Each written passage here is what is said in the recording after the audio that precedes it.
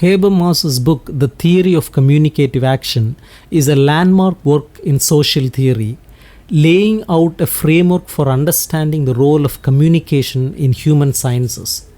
Central to the book is the idea that rational communication is the foundation of social coordination and mutual understanding, as opposed to coercion or mere strategic action.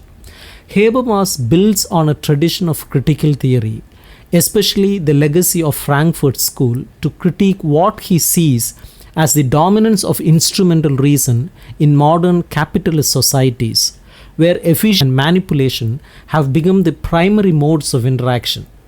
Habermas begins by distinguishing between two types of rationality: instrumental and communicative. Instrumental rationality is goal-oriented and focuses on success, often by using means-ends calculations. It is concerned with efficiency and control, a form of reason that is closely tied to the functioning of economic and administrative systems. In contrast, communicative rationality seeks understanding and agreement between participants in dialogue. This form of rationality is not about achieving individual success, but about fostering mutual comprehension, agreement, and shared values. It is deeply embedded in language and the process of communication itself, where participants engage with one another to reach a rational consensus based on shared norms and values. Habermas introduces the concept of the life world, which refers to the background of shared meanings, cultural traditions, and social practices that underpin human interaction. The life world provides the context for communicative action, where individuals draw on common knowledge and shared experiences to make sense of their interactions. It is the realm of personal relationships, culture, and everyday life, where communicative rationality functions to build understanding and coordinate social life through language and dialogue. Opposed to the life world is the system, which consists of the economic and political that govern large-scale impersonal interactions.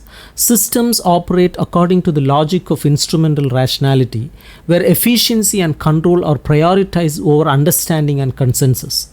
Habermas argues that in modern societies there has been a colonization of the life world by the system. This means that the systems of economic markets and bureaucratic administrations have increasingly taken over areas of life that were once governed by communicative action, reducing the space for meaningful dialogue and mutual understanding. For Habermas, this colonization leads to a range of social pathologies such as alienation, disempowerment, and a weakening of social bonds. When instrumental rationality dominates areas of life that should be governed by communicative rationality, individuals become disconnected from the cultural and social resources that make meaningful dialogue possible. Public life, once a space for rational debate and consensus building, becomes dominated by market forces and bureaucratic controls that leave little room for genuine participation or democratic decision making. The remedy, according to Habermas, is a revitalization of communicative action. In order for societies to function democratically and equitably, communication must be central to social organization. This means creating spaces where individuals can engage in dialogue free from domination, where power relations are set aside in favor of mutual understanding. In these spaces, participants should aim for consensus rather than merely advancing their own strategic interests. Habermas sees this potential for this type of communication in democratic deliberation, civil society, and public discourse. At the core of Habermas's theory is a commitment to discourse ethics. Discourse ethics provides the foundation for communicative action, positing that the legitimacy of social norms and political decisions depends on the participation of all affected individuals in a process of rational dialogue. Through this process, participants arrive at a shared understanding that is not imposed by external forces, but agreed upon freely through communication. In this way, rational consensus becomes the basis for legitimate social norms and institutions rather than coercion or force. Habermas critiques earlier theories of society for not giving enough attention to the role of social integration. For instance, in contrast to Marxist theory, which focuses on economic relations and class struggle as the driving forces of social change, Habermas argues that communication and discourse are equally fundamental. Social coordination does not only arise from economic material forces, but also from the ability of individuals to communicate, understand one another, and form shared arguments. This focus on communication also sets Habermas apart from other critical theories like Max Weber, who emphasize the increasing rationalization and bureaucratization of society. While Habermas acknowledges the importance of Weber's analysis, he criticizes Weber's pessimism about the possibilities of reason in modern societies. For Weber, rationalization leads to the iron cage of bureaucracy, where human values and creativity are suffocated by the core logic of efficiency and control. Habermas, on the other hand, believes that communicative rationality offers a way out of this iron cage by providing a basis for rational, democratic decision making that is rooted in mutual understanding rather than instrumental control. One of Habermas's key contributions is his theory of communicative power.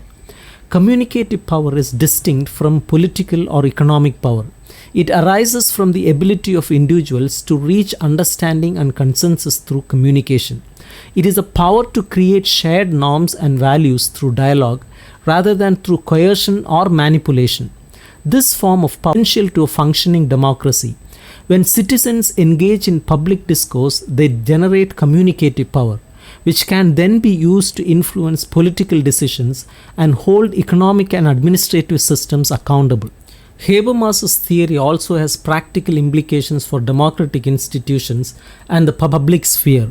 He argues for the importance of an inclusive public sphere where all individuals have the opportunity to participate in rational discourse. The public sphere, according to Habermas, is a space where citizens can come together to deliberate on matters of common concern, free from the constraints of political and economic power. In this ideal public sphere, decisions are made not through coercion or the imposition of authority, but through rational consensus that reflects the will of the participants. Habermas also explores the potential of democratic deliberation to resist the colonization of the life world by systems of economic and bureaucratic control. He envisions a society where communication and discourse are at the heart of social coordination, providing the foundation for a more democratic and just society. For Habermas, rational communication is not just a theory but a practical necessity for achieving social cohesion and democratic legitimacy in modern societies.